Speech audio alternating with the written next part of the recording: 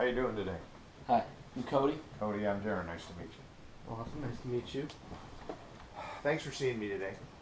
I really do appreciate it. No problem. What brings you here? Um, Having some real problems. You know, got to get to work every day.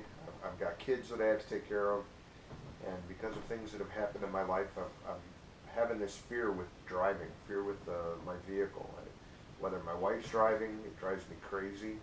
I get really nervous. My daughter driving, my son driving. When I let them drive, I'm trying to, went through the stages of teaching them to drive, and it's been, just nerve-wracking for me, whether I'm sitting in the passenger seat or the back seat or even when I'm driving. And I need to figure out what's going on in my world so that I can feel comfortable in a car. Okay. So you mentioned your wife and kids. So you said you taught your kids how to drive. Do you ever feel that they're not ready? I think it's partially, with all the crazy drivers on the road, but it's also, that fear as a parent that you always want to protect your kids.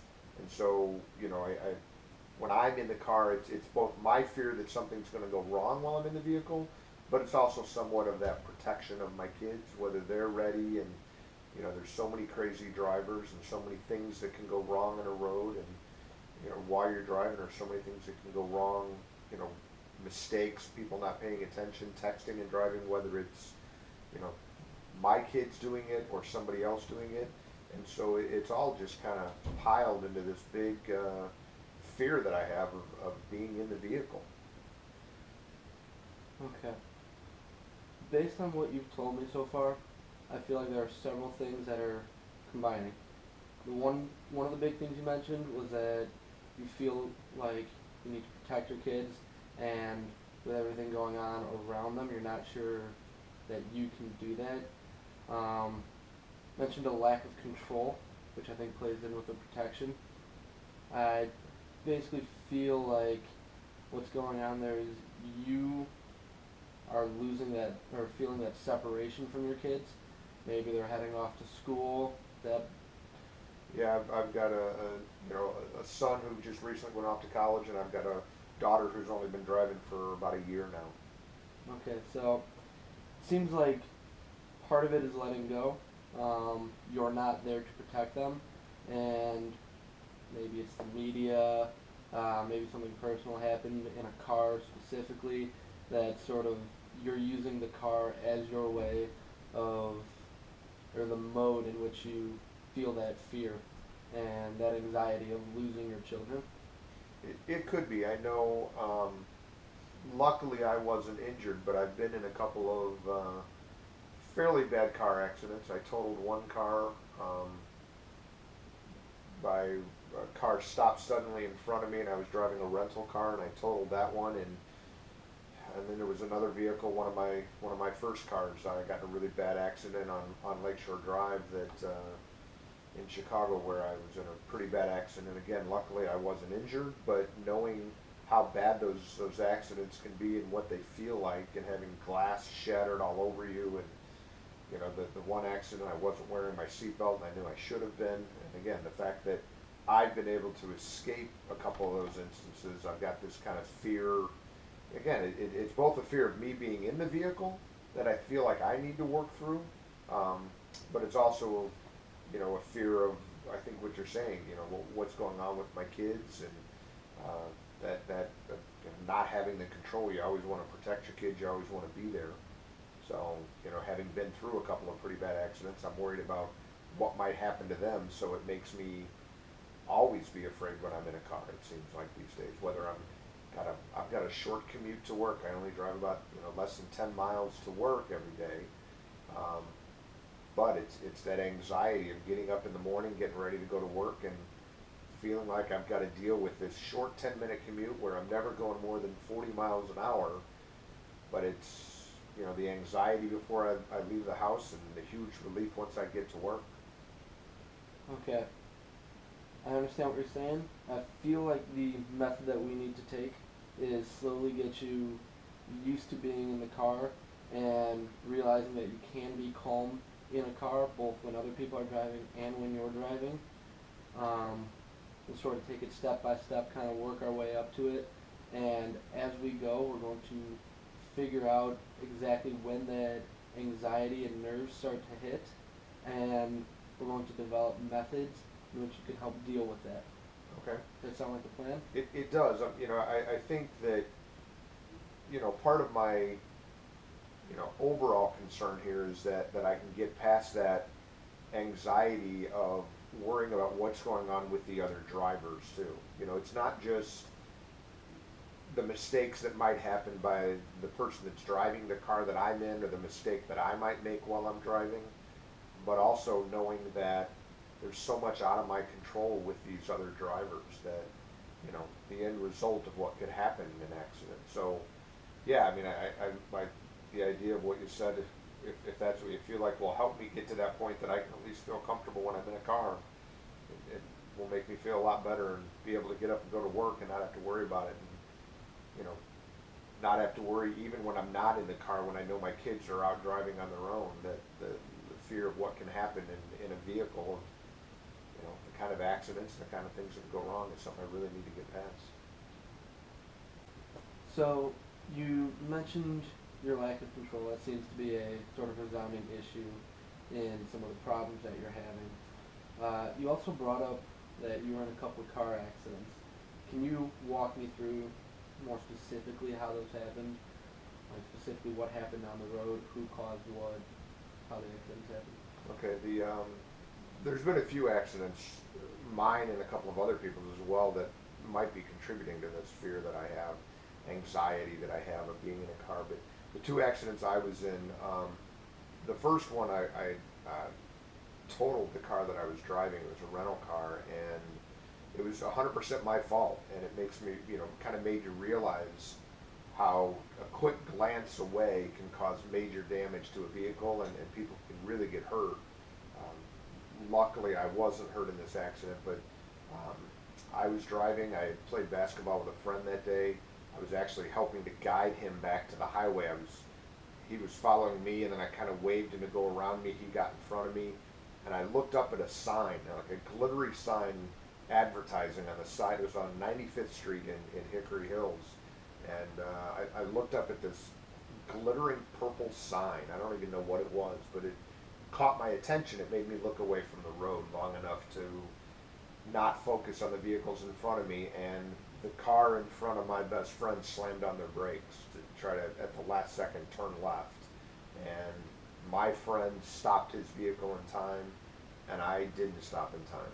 And I rammed the car into the back end of his vehicle. It was a brand new Beretta that I was driving, a bright green one that I totaled. And the airbag went off, and my arms got cut up from the airbag popping, and the horn was going off, and somebody had to cut it and called an ambulance. Again, luckily nobody was injured, but again, that was a situation that it was my own control that I had. Had I been paying attention, it wouldn't have happened. And the next one was actually a 7-car accident on Lakeshore Drive in downtown Chicago, where I was driving a Chevy Blazer at the time, and I slammed on my brakes after a bunch of cars in front of me slammed on my brakes, and a woman had to have been doing 45 to 50 miles an hour in her Honda Prelude buried that car under the back end of my truck and shattered the back window. And I actually did not have my seatbelt on. I ended up on the floor underneath the steering wheel, covered in glass. And so it's kind of built these anxieties in me over time that, again, lack of control. One was totally my fault. One wasn't my fault. It was somebody behind me not paying attention. So the accidents I've been in, as well as, accidents that family members have been in over time that have made me continue to have this anxiety and fear every time I'm in the car that something might go wrong. But I want to protect my family. I want to protect my kids. I want to be safe myself. And I've got this, thing that I really need to work through and find a way to be comfortable. Okay. Before we move on, I want to talk about the ones your kids have been in. Okay. But before we get there, the first accident you described to me seemed like just a minor mental lapse. Um, it happens all the time. Luckily, nobody was hurt, from what you made it sound like. I hope that's not really one of the things that's touching on it. I feel like the second one might have been more an issue and something that's contributing to the anxiety that you're having. I think it could be the second accident was a much worse accident. There was 7 cars total involved in that one. Do you feel like that one was your fault? I'll be honest, I don't know. I don't think so. What I do know is that uh, the Honda Prelude, the back bumper of my car ended up almost by the windshield of her car, and there was a van in front of me that when I hit it was like a brick wall. So I don't know whether I hit the van first and she hit me, or she hit me so hard that it pushed me into the van. I know, I do recall hitting my brakes because it was people slamming on their brakes on like I said, on Lakeshore Drive, and I don't think that was my fault, but to this day, I still don't know. So that might be contributing a little bit to it. Might have some unresolved feelings about that. Not sure what exactly happened. Correct. So you're not sure if you should feel guilty for something like that? Correct. Sort of? Again, luckily there was no real injuries. I was banged up a little bit. A couple of cars were totaled out of it, but you know, I think that I still have this exactly what you said, this unknown of whether that I caused that or whether the person behind me caused it. But I think that either way still contributes to this kind of lack of control issue that I have with being in a vehicle. So you brought up that you weren't wearing a seatbelt in that second accident. Is that something, that seems like something that you could have control over, that might have been a mistake? Is that something that, like, do you always put on your seatbelt every single time you get in the car now? Is that something you're constantly thinking about because of an accident like that?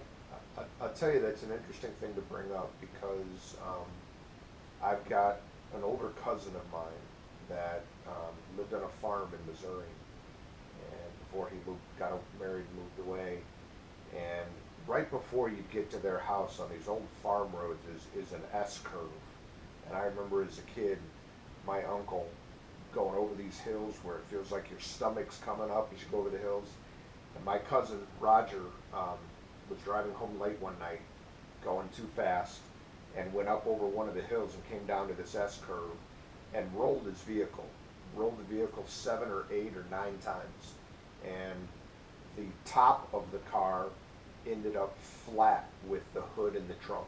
It was completely flat across the top, and he did not have his seatbelt on, and he was thrown from the vehicle, walked away with little to no injuries, a couple of scratches. Had he had his seatbelt on during that accident, there's no way he would have lived through it. And so I've always had this, every time I get in the car and I put on my seatbelt, I think about that. And that happened before a lot of the laws came out that you have to wear seatbelts. And I remember when those laws were coming out that I always thought, well, gee, my cousin would be dead if he wore a seatbelt. And I will tell you that now I'm pretty good at wearing my seatbelt. I put it on every time, but there's plenty of times that when I see a car that's been in a rollover that's flat, I often think about my cousin and that he wouldn't be alive today if he were wearing a seatbelt. But what's interesting about that story is my cousin won't get in a car without putting a seatbelt on, and he won't let his kids drive a car without putting a seatbelt on.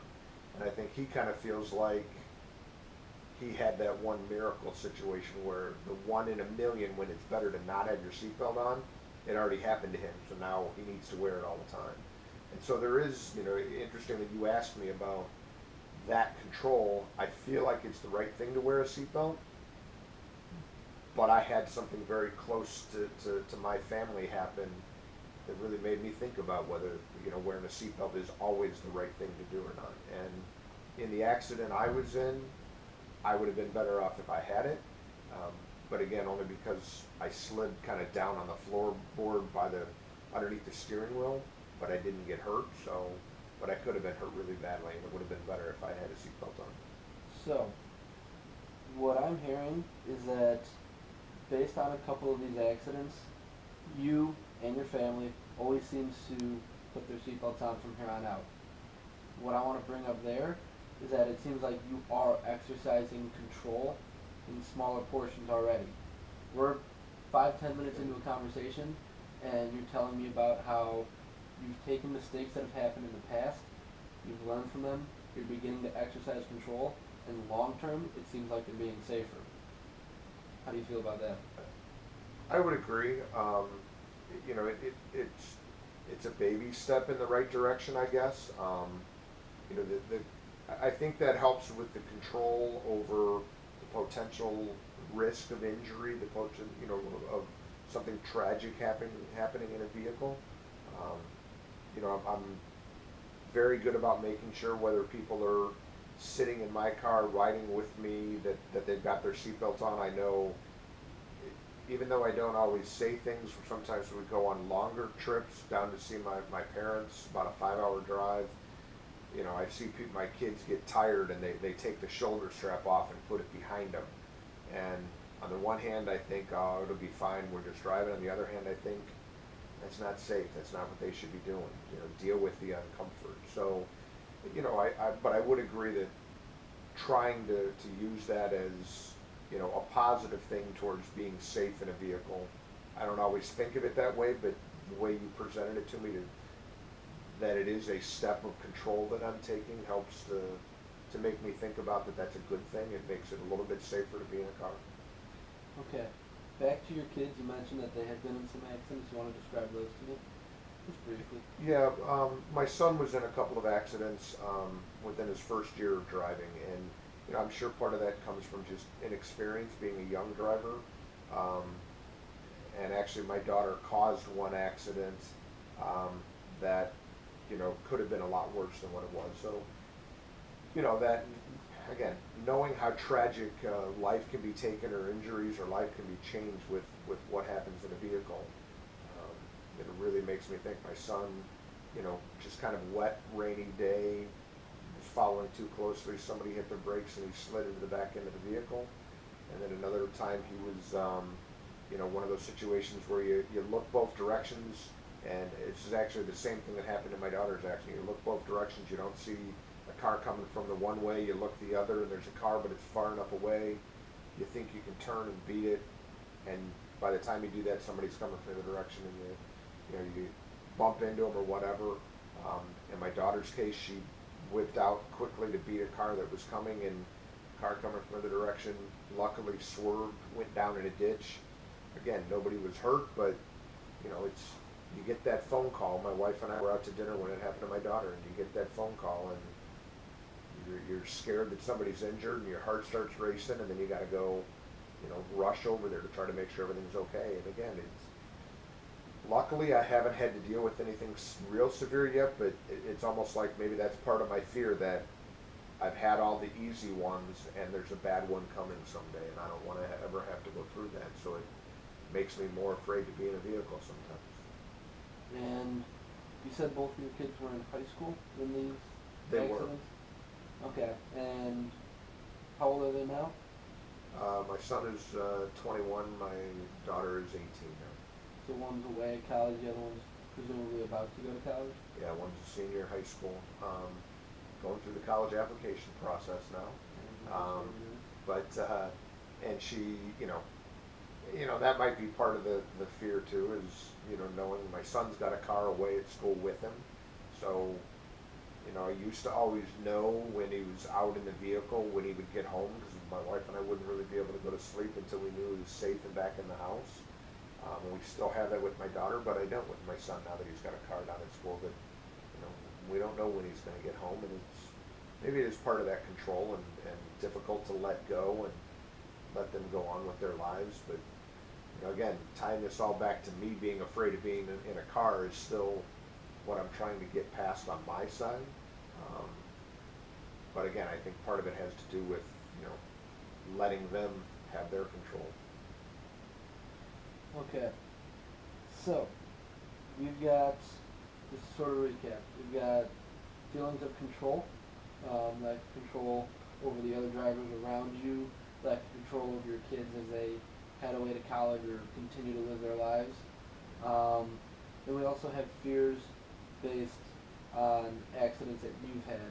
things that have happened specifically to you that are now causing you some issues in your own life, trying to get to work, just sort of heading around town running errands. We're going to attack them separately. I think that'll be best. For your fears over your children heading out, let's talk a little bit more about your son, because he's older. Since his accidents happened in the first year or so of driving, has there been anything else horribly wrong that's happened? You know, there was one other little thing that happened that really had me pretty nervous with my son, and that was one of his trips back down to college. He had gotten in an argument with a friend of his, and I believe he got a speeding ticket. He was going pretty fast, and you know, again, it's that control over the outside world, over the emotions that he was having, that he wasn't as focused on driving and being safe. So I, you know, again, I think it all ties into that kind of letting go and trusting my kids. But I think that, you know, again, that's where as a parent you think, you know what, are they mature enough, grown up enough, when are they at the point that they, you know, realize, hey, I shouldn't be driving a vehicle right now, I'm going too fast. You know, I'm too emotional, I'm too upset right now, I've got too much going on. To recap and sort of bring this session to a close, I want to talk about the two main themes that I've sort of seen. The big one is, or one of the big ones, is your lack of control. That being based a lot around your children, with them going off to school, you not being able to be in the car or even down at school with them or off at school, wherever they end up. And so that's one of the things we'll need to touch on. And we'll be working on you basically teaching your kids how to be the safest they can be.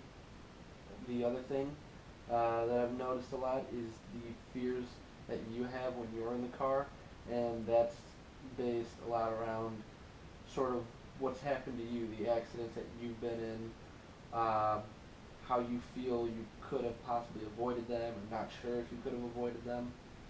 Does that sound right? It does. I think that, you know, one other thing that I want to make sure that we try to cover, you know, not necessarily now, but in one, as we work through this is, you know, I still feel like I've got this fear that other people are making bad decisions, and that could impact my kids, my wife, or myself. That, you know, all the things they say don't do in a car, don't drink and drive, don't text and drive, don't, you know, put your makeup on while you're driving. All the things that I see people doing, I've got a little bit of fear. It still centers around control, but it's not just control over me making sure my kids are making the right decisions, control that I'm making the right decisions, but that control that I have nothing over about the other drivers and the other vehicles, and whether that's somebody in a semi-truck that makes a bad decision, or whether that's somebody in a, you know, just a regular car that is drinking and driving that could cause an accident that could impact me and my family. Okay. So, I feel like we've got a treatment plan that I would like to try that is going to involve us being in a car together. Okay. We're going to walk through sort of where the anxiety comes in, where the fears come in, all the things you can and cannot control. We're going to go from there. We'll have a session where you're driving, and then if you can coordinate it, possibly a session where you've got either your son or your daughter driving, or possibly even your wife, if you think that would help. I would like to get through this, so I'll make those things happen. We'll make sure we can do that. Awesome. Let's plan on meeting. Does next week work sometime for you? That's fine. Okay, let's plan on that. You can talk to the secretary out in the front and she'll get you all set up. Thank you very much, Cody. Nice meeting you. Have a good one. Thanks for having me back. I've been doing a lot of thinking since our last session, and I appreciate, you know, getting things off my chest and trying to figure out what's going on. Welcome back. So, when we met last time, we discussed a treatment plan where we spent some time together in a car, sort of picking out as we go along the things that are causing you anxiety, giving you some of the problems that you're having. You ready to go take a ride? Yeah, that sounds good. Let's do it. Okay. Okay, Darren, so here we are. How are you doing? I'm okay getting in the car. It's more, as it starts to move or the anxiety builds when I know I have to drive, or I have to ride in the car. But right now I'm okay just sitting here, but I can already feel the anxiety starting to build a little bit from, what I've explained to you. Is it the lack of control that's giving you some problems right now? I think it's more the lack, kind of the unknowing right now. Like I said, I feel like I'm a little bit better when I'm driving than I am when I'm riding in a car. But even there, it's got to do with the control, because it's not knowing what's going to happen around me and whether or not I'll be able to control the situation or not. Okay. Here's what I want us to do right now. I want us to go through it step by step and figure out what we can control. So you're going to start doing things as you would normally, basically booting up the car. We're going to figure out what we can and cannot control about our situation. Okay. So the first thing I would do is I would start the car. Okay. So you can control the engine running or not. Right. Even though I'm had some things happen in my life that with relatives in terms of seatbelts, I do wear my seatbelt all the time. There's still this weird kind of anxiety over an accident that my cousin had, related to him rolling the car and him actually living because he didn't have his seatbelt on. But I'm still do a pretty good job of always wearing my seatbelt, even though it's, I know it's the law, but I also am pretty good about that. And would you like me to put my seatbelt on as well? Absolutely. Okay. So now you've controlled that you and your passengers are safe and secure in their seats. Correct. Okay. Then I would check my mirrors. I would make sure that my rear view mirror is where I need it to be so that I can see out. I check my side mirrors. And then from there, I'm pretty much ready to go. If I'm going to work, I put all my phone, my backpack, everything in the back seat because it's all packed together, just to avoid a few distractions in the front, because I know that sometimes it can be addicting to have to check an email or something going on at work that I have to check. So we've established that you have control over whether the car is running or not, and therefore you can control how and where it's moving. You've controlled the fact that you and your passengers are safely strapped in and about as braced as they can be in case of any sort of accidents or unknowns. We've gone through the mirrors, so you know about your entire surroundings. You can see pretty close to a 360 degree view of your car, so you know what's happening around you and you're in the best position possible to react to it. And we've taken away any external stressors. The radio's not on, phone's not around, computer's not open. You don't have anything else to focus on except for driving the car. Correct.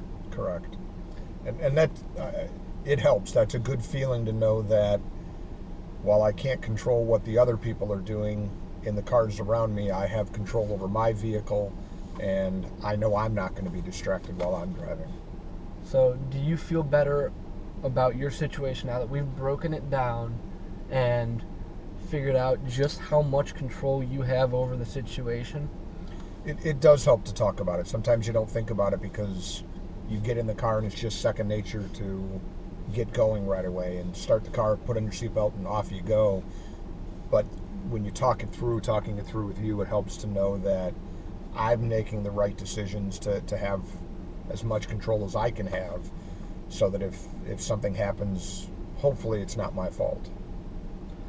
Is there anything else happening or going on right now that's causing you any sort of stress? Work is always causing stress, but no, not really. Not as it relates to my direct anxiety of the car. It's it's kind of a sense of relief for me when I get to work and I don't have to drive anymore. But in general, it's what we've just gone through here has helped me to kind of realize that I'm not doing anything that puts me at bigger risk than I need to be at to get a basic commute done or run errands or whatever I need to do. Awesome. I think this has been a pretty productive session. I agree. I think it was a good step to get into the car, talk through what my emotions are as I get into the car and kind of make sure that I'm doing things the right way. Awesome. All right, thank you. So Darren, how you feeling right now? You got any anxiety? A little bit. I tend to feel a little more comfortable when I'm driving. I still get nervous. I've got, when I have my family in the car with me, I'm nervous about what other cars are doing, what, other people, bad decisions they're making. But, when I'm driving, I always feel a little bit better than when I'm not driving.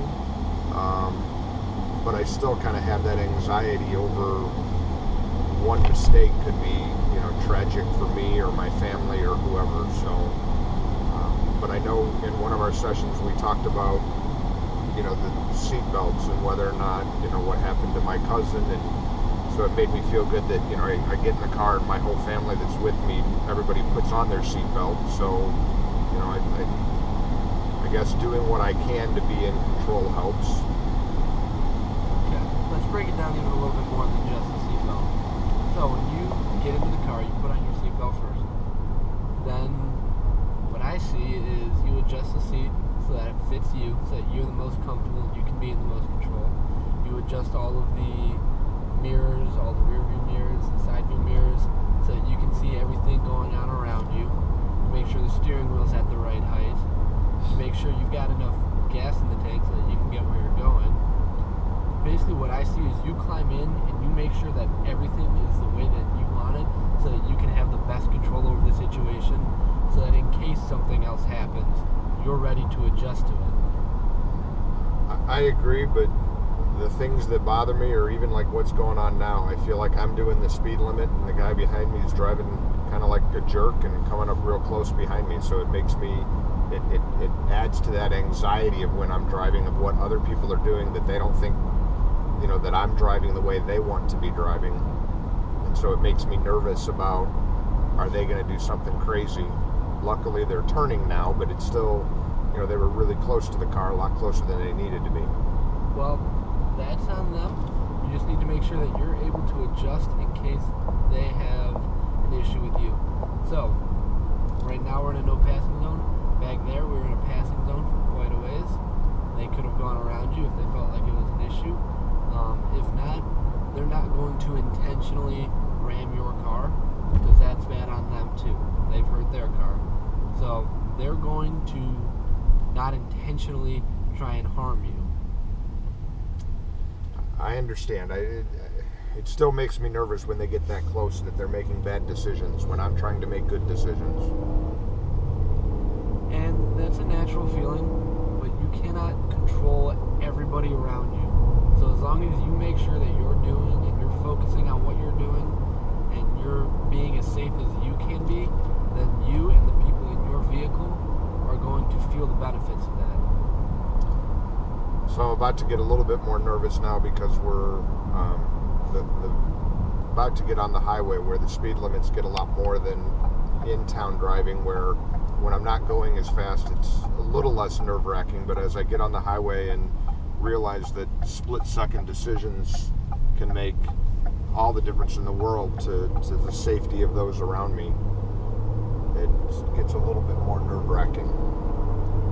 Well, the good thing about highways is that they were sort of designed for safety. Yes, the speed limits are a little bit faster, but it's just straight lines. There's not a lot of stopping. So it's a lot easier to be safer on the highway because there's not as many moving parts going on. I understand. It's just there's, big trucks, and there can be wind and weather and everything else, that I feel like I constantly focus on all the potential bad things and not just the good part of what makes things safer for me to drive. So if you're feeling that kind of anxiety, you want to relax a little bit, sort of lower the heart rate, take some deep breaths, sort of ease into it, as opposed to just accelerating quickly up to the speed limit. Sort of work your way up, take it easy, make sure you're staying in your lane. As long as you're checking everything around you, you'll be okay. I can try. Do the best I can. So, how are are you feeling now that somebody else is behind the wheel? Like, how was your experience behind the wheel? Feeling a little bit better while I'm driving. Still very nervous when somebody else is driving, when I don't feel like I have control of the vehicle, and worry about their experience level driving a vehicle. So it still makes me anxious and a little bit nervous. Are those feelings that you have basically feeling like you haven't given your daughter, in this case, or your son potentially, as much experience or knowledge as you think you can? Maybe that has a little bit to do with it. I know I still feel like it's a lot of just my own trust issues in terms of not having the control of the vehicle, and their lack of experience, whether it's what I've given them or just not as many hours behind the wheel with what's going on in their surroundings while they're driving, paying attention to other vehicles, their own vehicle, not messing with the radio or cell phones or kids in the car, whether I'm in the car with them. So it's a lot of worries in regards to the surroundings while they're driving. Okay.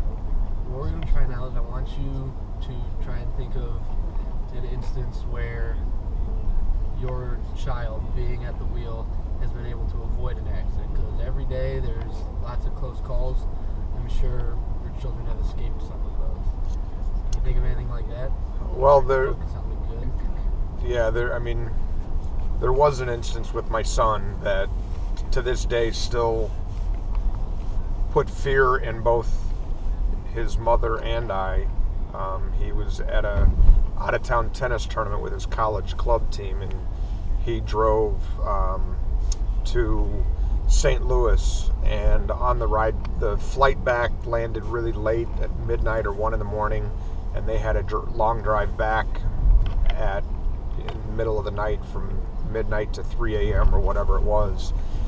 And he called us the next day and told us of him avoiding a potentially very, very tragic accident with 3 or 4 other kids in the car with him.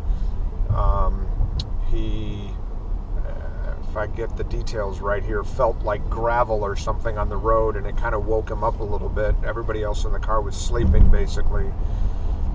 And he looked, luckily at the last second realized that a semi-truck had flipped over and was laying sideways across the highway. And he swerved onto the shoulder and got around it without slamming into it, which obviously saved his life and saved the life of everybody else in the car. So, I guess I can look at that and realize that, by him, what I've taught him and what he learned on his own, that there is some maturity level there, that he wasn't, falling asleep or being distracted. He was focused even at 2 or 3 o'clock in the morning to be a safe driver. You just told me of a scenario where all odds were sort of stacked against your son, where there were lots of risks, where he could have gotten into a potentially very bad accident, and yet he was able, through the cautionary tales that you've given him, he's able to sort of avoid those. How do you feel about that? I do. I guess it's hard to focus on that versus the negative, potential negative of, the accidents that he did get in, the risk involved. But I guess, that is a good point, that it's a positive that I should focus more of my time on and my energy, instead of worrying about the negative. Okay. With your daughter driving right now, how are you feeling about her environment around her? Again, I still get anxious. I still feel like when she pulls up to a stoplight, I have to look both ways, even though I know she's doing it. I feel like I'm constantly analyzing what's going on around the environment she's in, whether it's driveways, cars turning, what kind of cars are coming at us, what kind of cars are behind her. When she's on the highway, I still feel like I'm worried about which lane she's driving in and whether she's switching lanes like she should be, and so it still makes me a little bit nervous and anxious. But talking about it and realizing how silly that is, maybe that'll help me to start to let go of some of those feelings someday. I would like to point out that your daughter's currently doing a great job of keeping her both hands on the steering wheel. The radio is very, very, very minimal and quiet. And she doesn't have her phone out or anywhere near her. There's not a whole lot of external distractions going on. I agree. I worry about whether or not it's like that when I'm not in the car. So I think some of my anxiety is me being in the car with her, but it's also worried about, is it like this when she's in the car with just her friends, or same with my son? What is he like when it's just his friends? But it makes me constantly analyze the situation. And that is completely understandable. Those are basically just parent nerves. Every parent feels them. There is some inherent risk, but your daughter she's displaying that she knows how to do it right, and she's heard some of the stories about how having all these distractions could be harmful. She's also heard the stories about your son being able to avoid it because he wasn't overly distracted. That's even when he's got people in the car, still being able to focus. And I feel like if you can continue to sort of give her that experience that you've had, that other people you know, family members, friends have had, she'll be in a good position to remain safe behind the wheel. I agree. I still worry about my ability to relax when I'm in the car when other people are driving. I still feel like I can't just kick back and either rest, or if it's on a long drive, sleep sometimes. I feel like I need to be alert, even though I know that whoever's driving is alert enough that they'll make the right decision if something potentially dangerous happens. Well, that's just an extra safety measure. Being alert while you're in the car is something very natural. You understand that it helps to have an extra pair of eyes and ears paying attention to everything going around.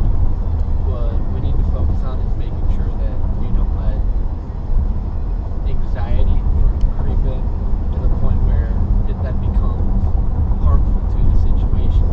For example, if you're having these anxiety attacks when she's coming up to a stoplight because you feel like she's coming in too fast and you freak out, she might slam on the brakes and get rear ended from behind. So there is a sort of balance that we need to find where you're alert but not harming the situation by being overly anxious. That's a good point. I could try to work on that. What we want to do here is basically focus on being able to relax a little bit. Breathing exercises help a lot. What also helps is focusing instead of, with all these external distractions, focusing on, the radio's on, it's kind of windy, it's rainy. Focus on the fact that she's got her hands in the right place on the steering wheel. Her cell phone's off and away. She's adjusted all the seats and the mirrors. Everybody's got their seatbelts on. Being able to look through all of these different variables and focus more on the good ones than on the bad ones. And then you'll feel more comfortable in the fact that she's able to choose for herself which are the things that she should and shouldn't be doing. Okay. Welcome back. Thank you.